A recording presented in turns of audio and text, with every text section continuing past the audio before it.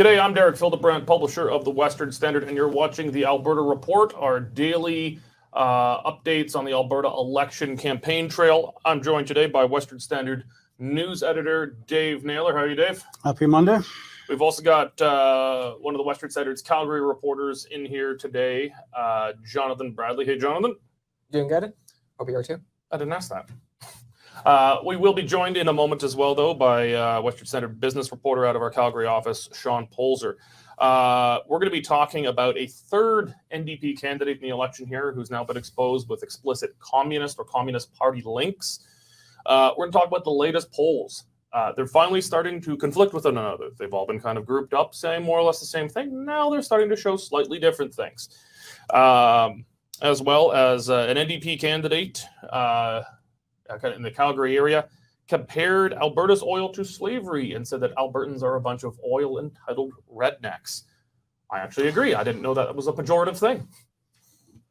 I said, yeah, sure, of course. Of course we are. What's his point?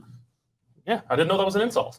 Before we get going, though, I just want to thank my favorite sponsor, the Canadian Shooting Sports Association. I've been a member of the CSSA for over a decade, trusting them to defend my rights as a firearms owner as Canada's leading firearms rights organization. If you're not yet a member, go to cssa-cila.org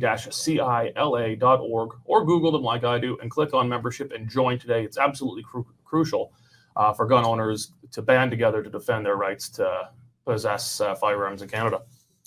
Okay, we're going to start with you, Jonathan. Yes. This was actually your exclusive story.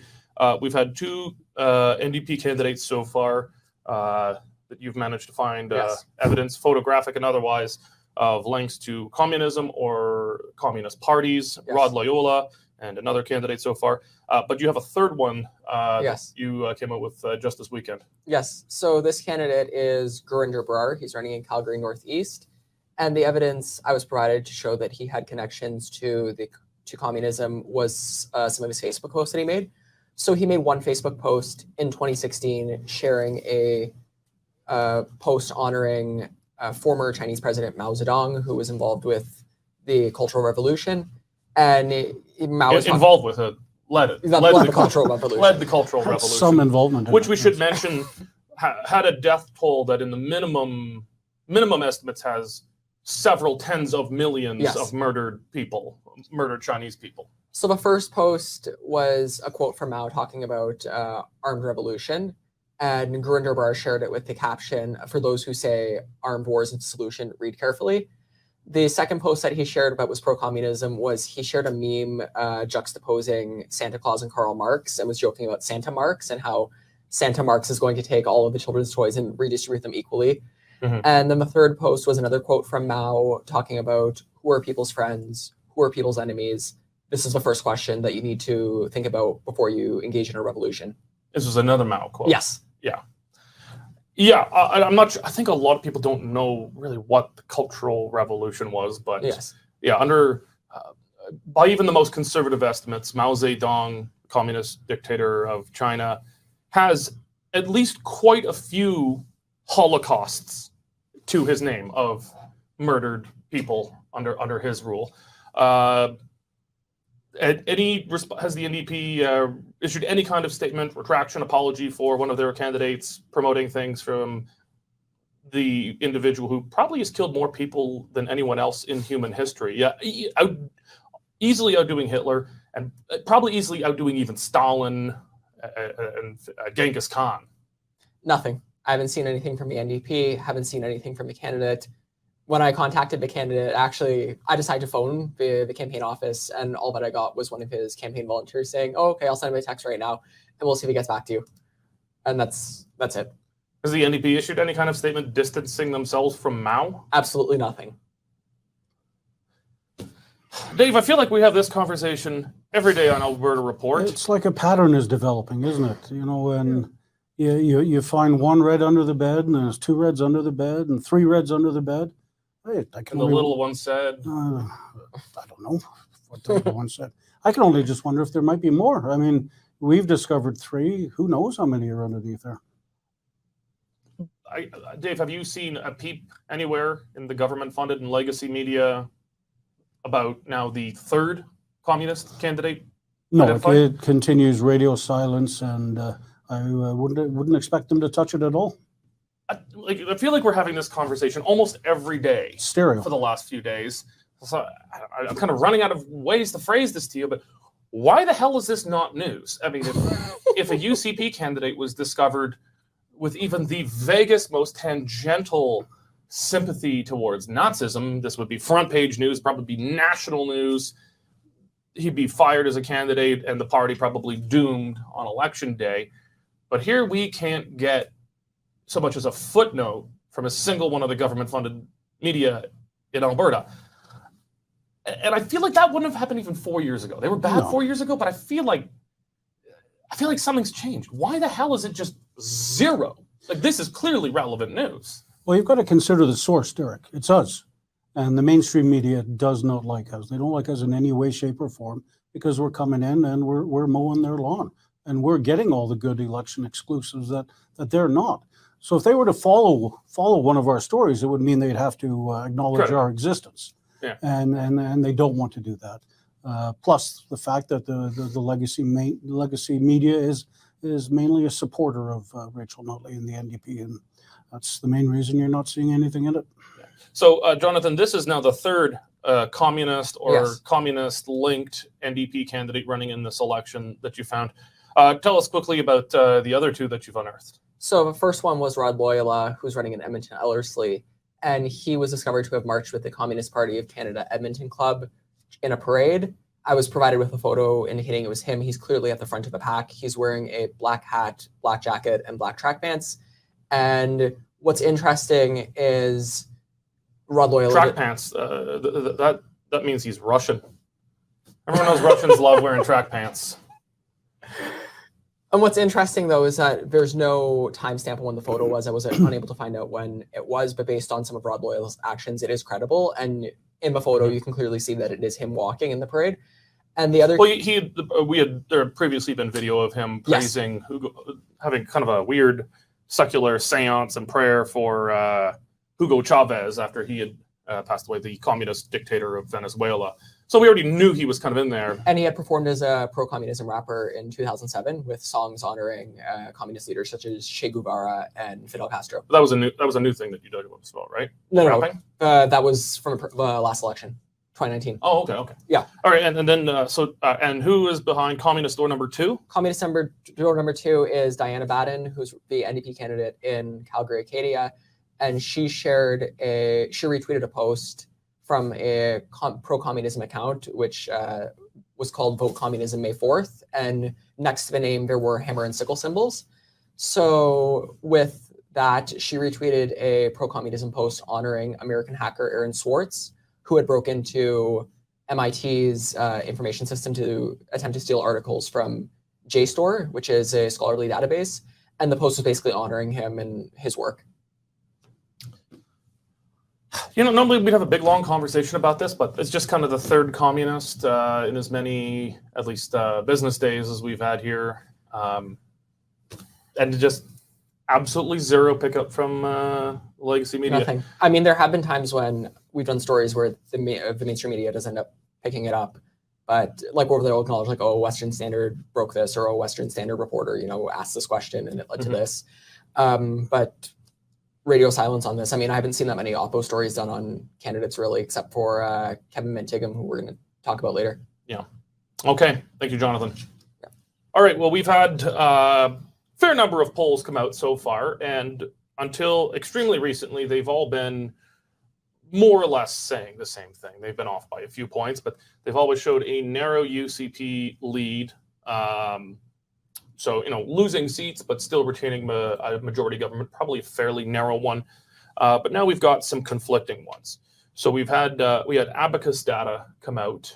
That's most of these polling firms are Eastern based, but that doesn't mean they're not necessarily good. Abacus data came out, and it was the first during the campaign so far that showed an NDP lead. Not a big one, but an NDP lead. Actually, it is a big one. 7%. It's it 7%? 8%. They got the NDP up 7 points to 43, and the UCP down 1 to 35. Okay, I stand corrected. And so that's a huge swing. That's huge. That's almost a 10-point swing, because if they're 7 ahead and they were behind before, that's almost a 10-point swing. Entirely possible. It's correct. The Smith and UCP campaign have taken some battering as of late. Old quotes from Smith being resurfaced, fairly or unfairly, having her say she's going to sell all the hospitals and that the vaccinated people are Nazis.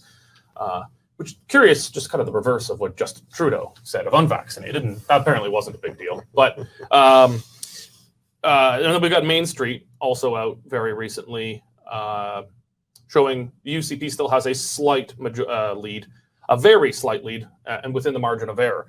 But let's take a look at the Abacus poll first, Dave. Big takeaways, obviously, NDP in the lead, but also leading in Calgary. Yes. To me, it is such a swing, it defies credibility. Especially when you've had all the other polls so close, since the start of the election, even before the election. They've always been 1 or 2 points apart or dead heats. And for all of a sudden to gain 7 points, really, you talked about some Danielle Smith stumbles, but I don't think they're 7-point stumbles. Certainly there's been a lot of criticism of the poll on social media by other experts who say it's not believable also. But as you say, you never know. It's just a snapshot in time. It was a fairly small sample size. Generally, for an Alberta poll, if it's less than 1,000 people, less than 1,000 completed surveys, that's pretty small. I think this one was in the 800 range. I think so. Yeah, so that's pretty small. Abacus is more in the business of doing national polls, and so your provincial sample sizes are a bit smaller. So 800 is pretty small for it. 1,000 is where I think you start to get relatively credible. And do we know how much what the sample size of the Main Street poll was? To be honest, I don't. I thought it was about 1,500. 1,500? Yeah, that rings a bell. So yeah, the Main Street still has the UCP in a slight lead. Sean, the polls with it's entirely possible the NDP does have a big lead or reasonably big-ish lead, as Abacus is saying. But generally, there's a trend to get there. It doesn't flip overnight. Even if you have a big debate where one side crushes the other, you'll see some overnight quick movement. But to get all the way from, being behind to a 7-point lead, it takes a few days to get there. And we just hadn't seen this. I don't know. Your take on the Abacus poll? One of the questions that came up to me was the methodology. And because we've got a bit of a demographic divide in this province as well. The UCP voters tend to be maybe a little older and more established. Younger ones, they don't have landlines. They're going off cell phones. They're filling out web survey forms. So I didn't have a chance to have a look at how they actually conducted the poll, but it seemed to me that maybe they were using a slightly different method than maybe some of the other ones. What struck me was that all of the demographic information is obviously going to have to be obtained by the pollster, because you don't know if someone is white, Asian, black, or what age they are when you call them. Right. But we generally know, at least for the landlines, where they're located. And none of their geographic breakdowns were based on that. It was all just, they asked them where they live. So that's a bit odd. Now, you kind of have to do that for cell phones, but for landlines, we do know. Right. We can say, okay, if we're calling this number, this 937 is in Strathmore. We know that's a Strathmore number. Right. They didn't do any of that. It was all just kind of self-reported. So I don't know. It was a funny poll, but I'm not going to dismiss it out of hand. It's entirely possible. It's correct, but we're going to have to wait and see a few others. I like to take an aggregate of this. That's why I like websites like 338.com. They're not doing their own polling for the most part, but they're taking aggregates of everyone's polls, kind of averaging them out, maybe weighting them a little differently based on how credible an established polling firm is, and then trying to apply it as best as possible to the riding level to see the way it's it's going to turn out. There's still a good chunk of undecided too, which we haven't Yeah. talked about. I think the Main Street poll had it at 11%. So still That's coming down. coming down. Was I think up around 18 or 19% at one point, but still a good chunk out there. 11% is not huge though, and kind of the default. It's not always the case, but the default among pollsters is they're going to break the undecided on election day, are going to break disproportionately among how parties are currently polling. So they'll, if it's 2-1 for Party A over Party B, the undecideds will probably break 2-1 for Party A, and then for Party B as well. That's a generally correct rule of thumb. It's not always the case, but it's generally rule of thumb. I should also note, tomorrow, the Western Standard is going to have some exclusive polling of our own. We have contracted a fairly new polling firm, but it's I know some of the people behind it. It's made up of some very good, experienced pollsters, particularly pollsters in Alberta. And so we're going to have some great exclusive data with huge sample sizes, 3 times the size of the Abacus poll. So 2,500 completed surveys, including some polls that break down some of the key swing ridings, those bellwether constituencies that'll tell you, if the UCP wins this one or the NDP wins that one, that's a good indicator of who's going to win government. So we're going to have some really great stuff coming up there. Looking forward to that. So, Sean, we're going to switch gears here. Yesterday, you went to a press conference helped by the UCP down in Okotoks, and they, I suppose, had unearthed some sections of a book that the NDP candidate around there had written. That was not even just anti-oil, I'd say it was particularly spicy about Alberta oil in particular and Albertans' relationship with oil. Yeah, comparing it to slavery, and energy workers are slaves because they're working for the big oil companies that are taking off their values, their economic value. Sounds like a fairly consistent Karl Marx. That is Marxist theory of labor, Marxist theory of alienation of labor, yeah. Yeah, so not just that oil and gas promotes slavery around the world, but that, in fact, Alberta oil workers are slaves, yeah.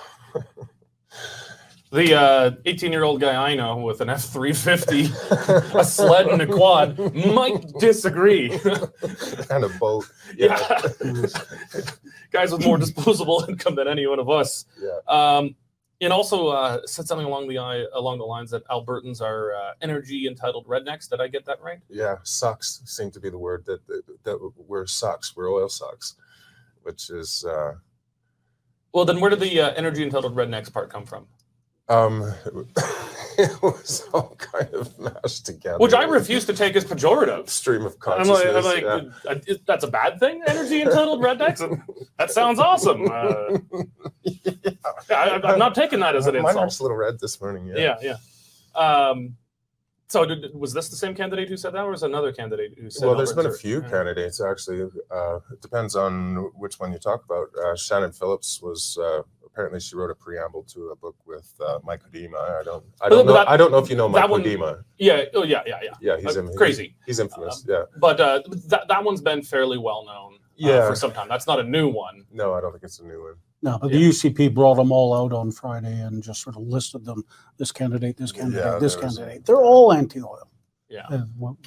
Well, and it's funny because Notley, during her press conferences, every time the question comes up, like, are you anti-oil? She always falls back on, well, we're the ones that got the pipeline built to Tidewater, the TMX expansion.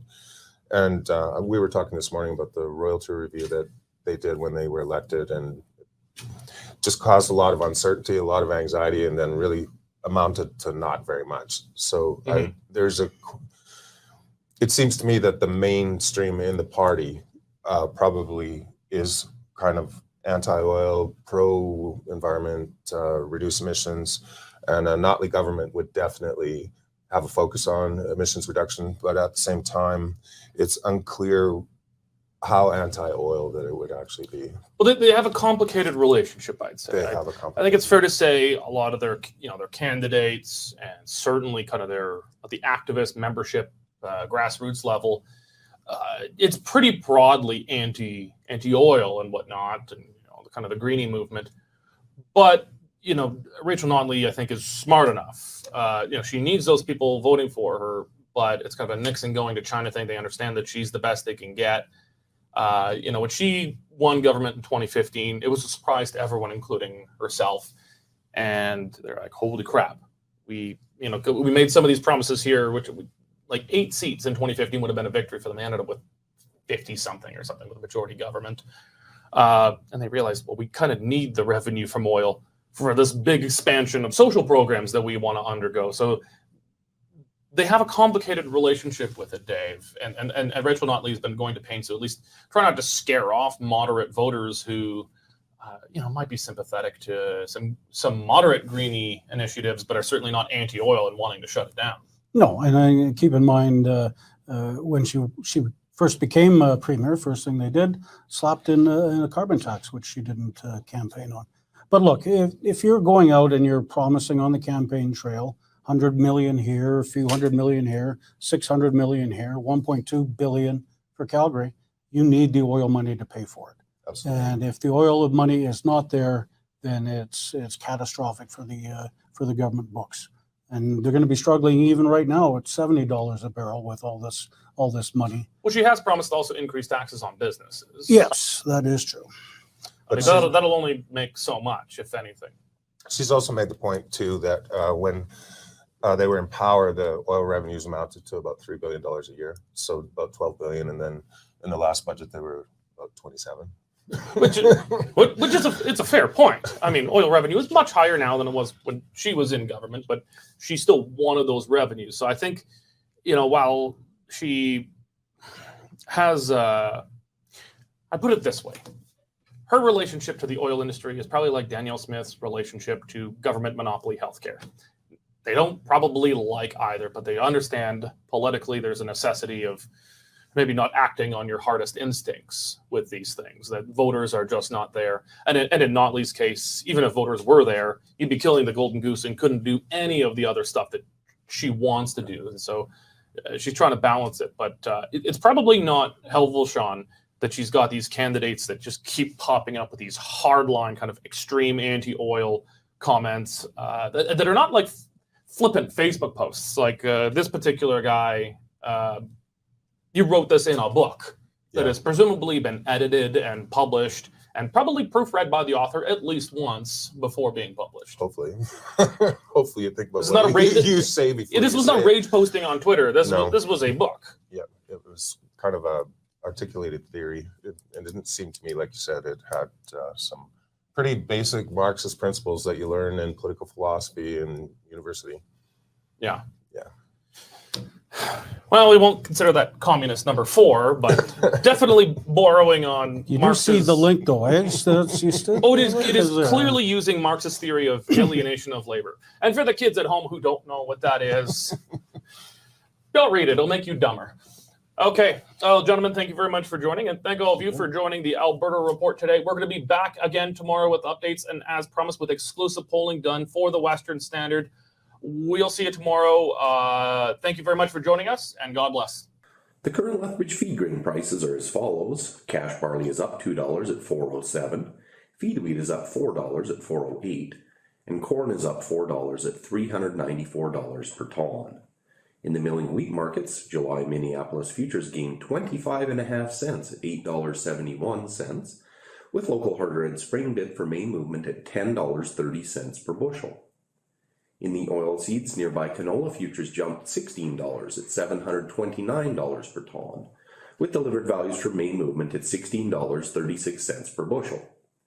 In the pulse markets, nearby red lentil prices are trading at 34 cents per pound, and yellow peas remain at $11.50 per bushel. In the cattle markets, June live cattle slipped 50 cents at $163.90 per hundredweight. I'm David Lee at Marketplace Commodities. Accurate real-time marketing information and pricing options. Canadian Shooting Sports Association. Without the CSSA, our gun rights would have been taken long ago. These guys are on the front lines helping to draft smart and intelligent firearms regulations and legislation in Canada, and more importantly, educating the public about how we keep guns out of the hands of the wrong people. Become a member. It's absolutely worth every penny. You can become a Western Standard member for just $10 a month or $99